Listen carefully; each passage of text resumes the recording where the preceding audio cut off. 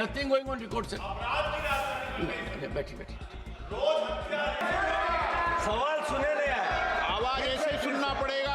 Getting a very bad precedent. We are dishonoring the people of this country.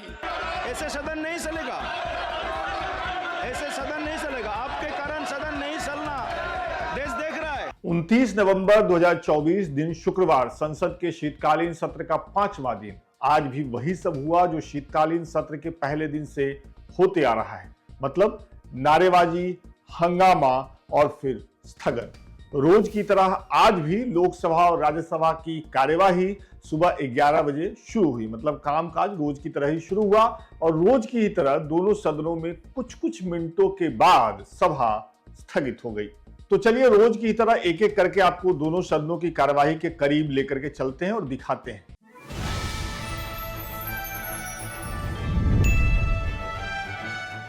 आज राज्यसभा की बात पहले करेंगे क्योंकि छुट्टी की घंटी आज वहां पहले बजी और सीधे पूरे दिन के लिए बजी. तो तय समय पर राज्यसभा के सभापति और देश के उपराष्ट्रपति जगदीप धनखड़ अपनी जगह पर आ गए. माननीय सभापति जी.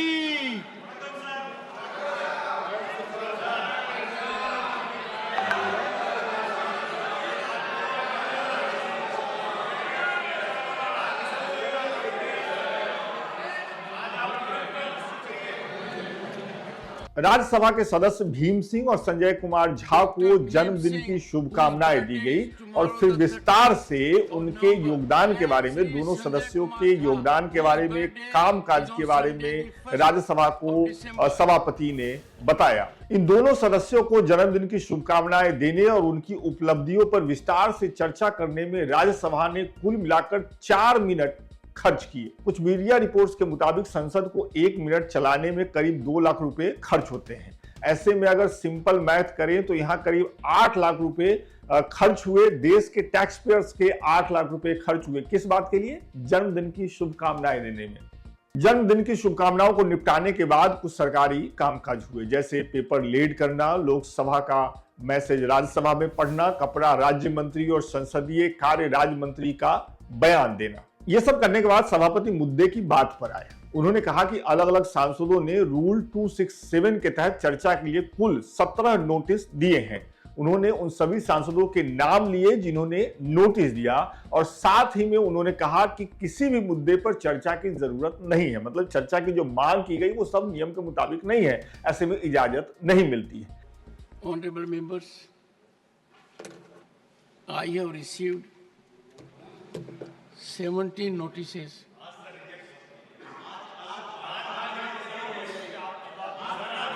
Nothing goes on record.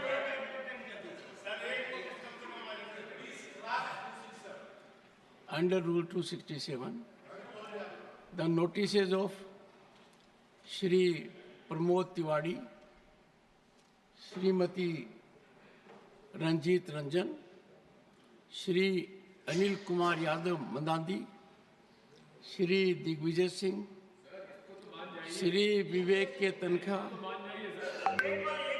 Shrimati Rajani Ashok Rao Patil, Shrimati Jebi Mather Hisham, doctor Syed Nasir Hussain and Shri Akhilesh Prasad Singh have demanded discussion on the allegation of corruption and wrongdoings against Adani Group. The notices of Sri Ramji Lal Suman, Dr. John Brittas, Sri A. Rahim, and Dr. V. Sivadasan have demanded discussion over recent violence and law and order situation in Sambal, Uttar Pradesh. The notices of nothing is going on record. Nothing is going on record except what I said. The notices of Shri Tiruchi Shiva, Shri Santosh Kumar P. have demanded discussion over law and order situation in the state of Manipur. Sri Sanjay Singh has demanded discussion over increase in crimes in Delhi, and nothing going on record, nothing, take it. Sri Raghav Chadha has sought discussion over the, nothing going on record, sir. Betty. You are a senior member. Sanjay ji has sought discussion over atrocities on Hindus in Bangladesh and arrest of ISKCON priest. Honorable members, these issues have been raised repeatedly during the week, with the result that we have already lost 3 days working. The days that should have been committed by us for public cause. There should have been vindication of our oath that we perform our duties as expected. The loss of time, the loss of opportunity by not having cushion hour has given enormous setback to the people at large. Now I find, honorable members, and I call upon you for deep reflection. Rule 267 is being weaponized as a mechanism of disruption and disruption from our normal working. There are very senior members. This cannot be appreciated. I express my deep anguish. Nothing going on record. My absolute pain. We are creating a very bad precedent. We are dishonoring the people of this country.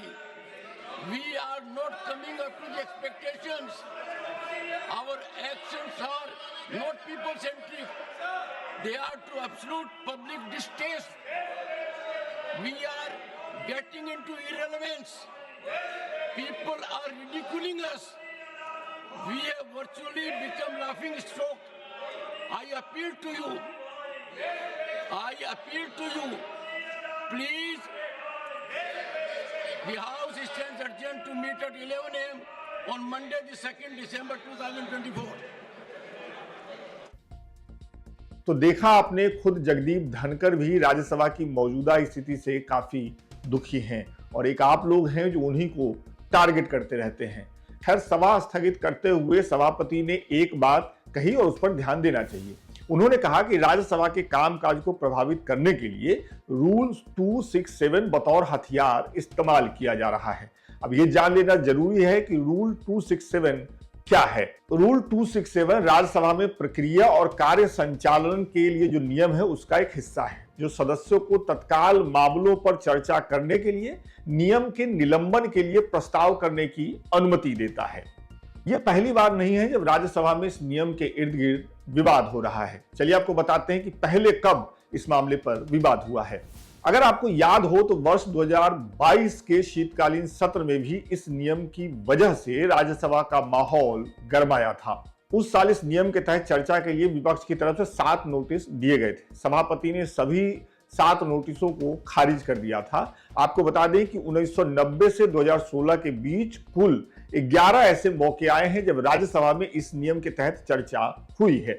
इस नियम के तहत आखिरी बार 2016 में चर्चा हुई थी राज्यसभा में। तब चेयर पर हामिद अंसारी थे और मुद्दा नोटबंदी का था। ये तो बात हुई राज्यसभा की। अब चलते हैं लोकसभा में। लोकसभा की कार्यवाही भी रोज की तरह सुबह 11 बजे शुरू हुई। लोकसभा स्पीकर आए और आसन पर बैठने के साथ ही उन्होंने प्रश्नकाल शुरू कर दिया। प्रश्नकाल क्वेश्चन नंबर 61 श्री अजय कुमार मंडल। अगर आपने नोटिस किया हो तो अध्यक्ष ओम बिरला विपक्ष की तरफ देख भी नहीं रहे हैं। वो सत्ता पक्ष की तरफ ही देख रहे हैं, या ये कहें तो वो उस तरफ ही देख रहे हैं जहां से प्रश्नकाल के दौरान सवाल आने हैं और जहां मंत्री बैठे हैं जो कि इन सवालों के जवाब देंगे। तो इसी शोर शराबे वाले माहौल में प्रश्नकाल चलने लगा और कर्नाटक मैसूर से सांसद यदुवीर वाडियार जब अपना सवाल पूछ रहे थे तब विपक्षी सांसद पूरी तरीके से शोर मचा रहे थे, नारेबाजी कर रहे थे और इस वजह से यदुवीर का सवाल इस शोर में, इस नारेबाजी में गुम हो गया। I thank the Honorable Minister for giving the reply. I've been able to go through my supplementary question. The question is as follows. Given Karnataka's diverse geographical landscape with both urban and rural disparities, it's crucial to evaluate how PM Abhim focuses on reducing regional health inequalities. Can the government provide detailed reports on how the specific healthcare centers are addressing the challenges faced by remote and rural communities in Karnataka?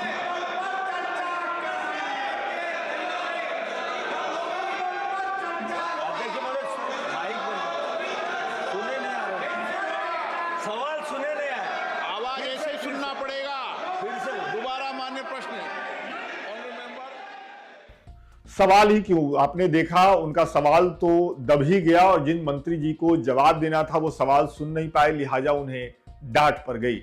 इस सवाल जवाब के बाद मुश्किल से एक सवाल और पूछा गया और जिसका जवाब जेपी नड्डा जी ने, केंद्रीय मंत्री, केंद्रीय स्वास्थ्य और परिवार कल्याण मंत्री हैं जेपी नड्डा जी, उन्होंने उस सवाल का जवाब दिया इसी शोर शराबे के बीच। इसी शोर शराबे वाले माहौल में 8 मिनट लोकसभा चला, फिर कैमरा चेयर की तरफ गया और लोकसभा स्पीकर अध्यक्ष ओम बिरला ने विपक्षी सांसदों को संबोधित करना शुरू किया। देखिए वो क्या बोल रहे हैं। देश की जनता चाहती है कि सदन चले और कई माननीय विद्वानों ने भी लिखा है कि संसद चलना चाहिए, चर्चा संवाद होना चाहिए। सहमति असहमति हमारे लोकतंत्र की ताकत है। मैं आपसे आग्रह करता हूं, जनता की भावनाओं और उनकी आशाओं आकांक्षाओं के अनुसार आप सदन चलने में सहयोग करें। आज महत्वपूर्ण विषय स्वास्थ्य और महिलाओं पर प्रश्नकाल में चर्चा हो रही है। प्रश्नकाल आपका समय है। मैं आपसे आग्रह करता हूं कि प्रश्नकाल आपका समय है और देश की जनता लगातार माननीय सांसदों के बारे में, संसद के बारे में, अपने बारे में चिंता व्यक्त कर रही है। इसलिए मैं आपसे आग्रह करता हूं कि सदन चलाने दें। सदन आपका है, सदन सबका है। देश भी चाहता है संसद चले। मैं आग्रहपूर्वक करता हूं आप जाएं। मैं आपको हर विषय, हर मुद्दे पर नियम प्रक्रियाओं के तहत चर्चा करने का पर्याप्त अवसर दूंगा। सदन की कार्रवाई आज 12 बजे तक के लिए स्थगित की जाती है। दोपहर 12 बजे लोकसभा की कार्यवाही फिर से शुरू हुई। आसन पर लोकसभा सांसद दिलीप साकिया बैठे। उनके आसन पर आते ही विपक्षी सांसद आसन के आसपास जमा होने लगे और आसन पर आने के बाद ही दिलीप साकिया ने घोषणा की। उन्होंने कहा कि लोकसभा स्पीकर को सांसदों की तरफ से कुछ स्थगन प्रस्ताव मिले हैं, लेकिन लोकसभा अध्यक्ष ने ऐसे सभी स्थगन प्रस्तावों को खारिज कर दिया है। और उनके इस बात की घोषणा करने के बाद ही, फौरन बाद ही विपक्षी सांसदों की तरफ से जो नारेबाजी हो रही थी, जो शोर शराबा हो रहा था, उसमें काफी बढ़ोतरी हो गई, माहौल बनने लगा। फिर करीब 5 मिनट बाद दिलीप साकिया विपक्षी सांसदों की तरफ मुखातिब हुए। आगे का हाल तो आप समझ ही गए होंगे, लेकिन अपनी आंखों से ही देख लीजिए। देखिए माननीय सदस्यगण, सदन का बहुत महत्वपूर्ण समय है। आप कृपया अपने सीट पर बैठिए, सदन को चलने दीजिए। कृपया आपका हर विषय सदन में चर्चा की जाएगी, आपको सुना जाएगा, आपको पूरा मौका मिलेगा।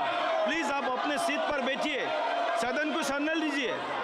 सदन का महत्वपूर्ण समय है, पूरा देश देख रहा है। आज आप ये तरीका ठीक नहीं है आपका, ये तरीका ठीक नहीं है आपका। आप कंस्ट्रक्टिव अपोजिशन का रोल प्ले कीजिए सदन में। ये सब देश आते हैं, कंस्ट्रक्टिव अपोजिशन का रोल प्ले कीजिए। प्लीज आप सब लोग बैठिए, प्लीज आप सब लोग बैठिए। प्लीज आप सभी मेरा मन, आप बैठिए प्लीज। ऐसे सदन नहीं चलेगा, ऐसे सदन नहीं चलेगा। आपके कारण सदन नहीं चलना, देश देख रहा है। आपके कारण सदन नहीं चल रहा है, ये देश देख रहा है। ये उचित नहीं है, ये उचित नहीं है। डेमोक्रेसी को स्ट्रेंथन करना है तो अपने सीट पर जाकर के बैठिए, सदन को चलाइए। ऐसा नहीं होता है।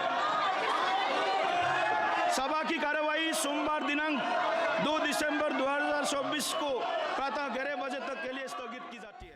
उपाध्यक्ष जी, आप सही कह रहे हैं, देश तो सब देख ही रहा है, लेकिन ऐसा लग रहा है कि इस देखा देखी में देश कुछ समझ नहीं पा रहा है। और जब भी देश को कुछ देख कर समझने में दिक्कत हुई है तो हमारे साहित्यकारों ने, कवियों ने एक रोशनी दी है जिसे देश की जनता को देखने और समझने में आसानी होती है।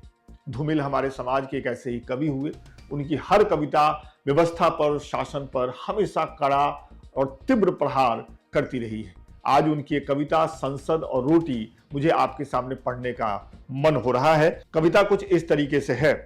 एक आदमी रोटी बेलता है, एक आदमी रोटी खाता है, एक तीसरा आदमी भी है जो न रोटी बेलता है न खाता है, वो सिर्फ रोटी से खेलता है। मैं पूछता हूं, यह तीसरा आदमी कौन है? मेरे देश की संसद मौन है, मेरे देश की संसद मौन है। संसद रिपोर्ट में आज के लिए इतना ही। आपकी राय, आपके कमेंट्स का इंतजार रहेगा। सोमवार को फिर से मुलाकात होगी। तब तक अपना बहुत ध्यान रखिए। बहुत बहुत शुक्रिया।